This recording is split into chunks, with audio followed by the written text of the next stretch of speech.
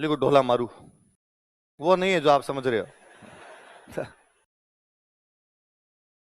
राजस्थान की कितनी अच्छी प्रेम कहानी है और हमने क्या रेड मार के छोड़ी है इसकी। ढोला मारू कहते पौवा दिमाग में आता है। सुन लो थोड़ी सी बात है ना, यही मैं लिखवा देता हूं, कोई पूछ ले। मध्य प्रदेश में एक जगह पड़ती है नरवर। कौन सी जगह? बीकानेर में एक जगह पड़ती है पुगल। बीकानेर में कौन सी जगह?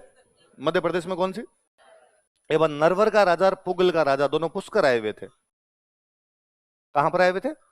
पुष्कर। पुष्कर में नहान होता है, तो पुष्कर स्नान करने के लिए आए थे। नरवर के राजा का बेटा है ढोला, जिसकी उम्र थी कोई 2.5 साल।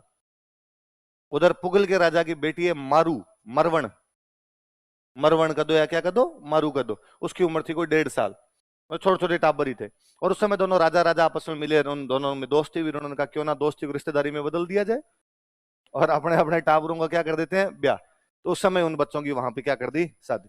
और पहले वो हुआ करता था कि अपने ने बाल विवाह वाला कंसेप्ट भी बहुत बाद में जाके बिगड़ा है थोड़ा सा। पहले अपने होते तो बाल विवाह कर दिया करते, पर लड़कियों को भेजते बहुत बाद में थे, है ना। अभी भी गांव के अंदर बाल विवाह हो भी जाते हैं, तो उन बाल विवाहों को आप देखा कीजिए, मुकलावे गोने बहुत बाद में होते हैं उनके।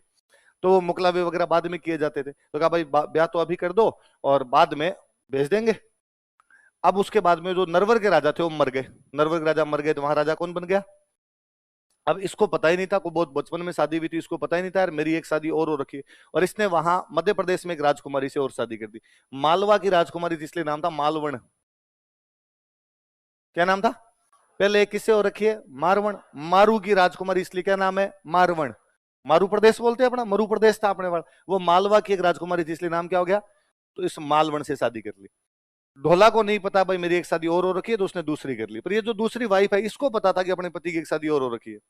इसको कोई जानकारी मिली, जिसको लगा कि वो एक और रानी आ गई तो अपनी दुकानदारी बंद है। तो इसने पूरे प्रयास किए भाई वो दूसरे वाली रानी आनी नहीं चाहिए। इधर जब मारवण बड़ी हुई तो पुगल वालों ने वहां समाचार भेजने शुरू किए नरवर कि भाई अब हमारी राजकुमारी बड़ी हो गई है, आप आओ मुकलावा लेके जाओ। और वो उधर से कोई आए नहीं। तो कहते हैं कि पुगल से लेटर भेजे जाते, वो लेटर इस रानी के पास पहुंचते मालवण के, और ये लेटर फाड़ फाड़ के फेंक देती। ढोला के पास लेटर ही नहीं पहुंच पा रहे थे। एक दिन मारू, ये जो मरवण थी या मारू जो थी, ये दिन रात को सो के सुबह उठती है तो अपनी मम्मी को जा कहती है भाई रात को मुझे सपना है यार, सपने में मुझे ऐसा दिखा कि मैं मेरे ससुराल जा रही हूँ, मेरा दूल्हा लेने के लिए आया हुआ है। तो मार रोई। तो उसने वो क्या बात मम्मी तुम्हारे, तो उसने कहा तेरी तो शादी हो चुकी है बहुत बचपन में, तेरे दूल्हे को तो आना चाहिए था और वो भगवान जाने आ क्यों नहीं रहा। तो कौन है मेरा दूल्हा, उसने पता लगा ऐसे ऐसे। तो क्या हुआ, तो हम लेटर भेज रहे हैं और वहां से कोई जवाब नहीं आ रहा है। तो उसने ढाडी जाति के कुछ लोग बुलाए। किस जाति के?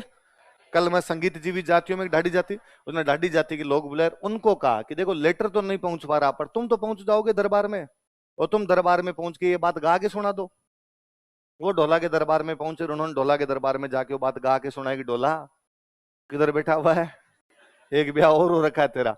ढोला को पता चला, तो ढोला ने आके अपनी रानी को कहा भाई मेरी तो एक शादी और हो रखी है, मैं उसको लेके आऊंगा। तो रानी को लगा बाजी तो हाथ से निकल गई, अब क्या किया जाए।